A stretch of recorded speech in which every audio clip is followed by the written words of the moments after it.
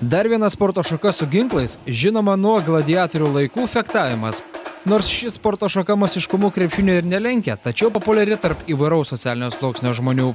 Populiarumu mes negalime lygintis su krepšiniu, aišku, ir su kitomis sporto šakomis, bet yra žmonių, kurie myli šią sporto šaką.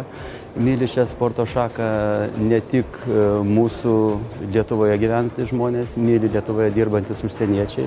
Jie nori užsiiminėti šią sporto šaką, ypatingai ambasadų darbuotojai. Šiuo metu daugiau yra merginų norinčių sportuoti, fektuotis. Bet varžybose, kai vyksta varžybos, Lietuvos čempionatai, taurės varžybos vyksta, dalyvauja daugiau vyrų. Nes vyrų išlaiko amžių ilgesnį vyrai. Moteris kažkaip anksčiau baigė sportuoti. Lietuvoje fektavimas pradėtas kultivuoti 20-ojo amžiaus pradžioje. Kaip sporto šaka fektavimasis susiformavo Prancūzijoje. Pirmosiuose naujųjų laikų olimpinėse žaidynėse Atėnuose vyrai kovoja rapyromis ir kardais. Fektuotojai kaunasi špagomis, kardais ir rapyromis. Šiuo metu kovojama ir špagomis, ir rapyromis, ir kardais, ir vyrai, ir moterys. Tuo yra ypatinga, kad dirba žmogoje viskas, jeigu galima pasakyti.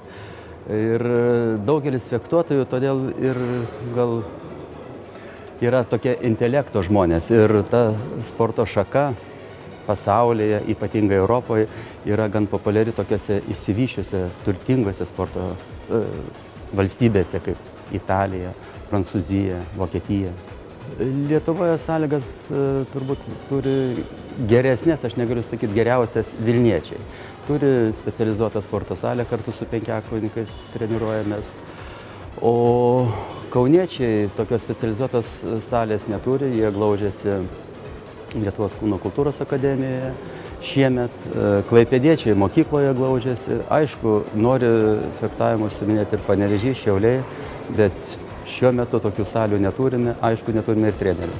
Fektavimas tai yra dviejų varžovų kova, kai sportininkai kaunasi šaltaisiais ginklais, stengiantis dūriais arba kirčiais paliesti vienas kitą.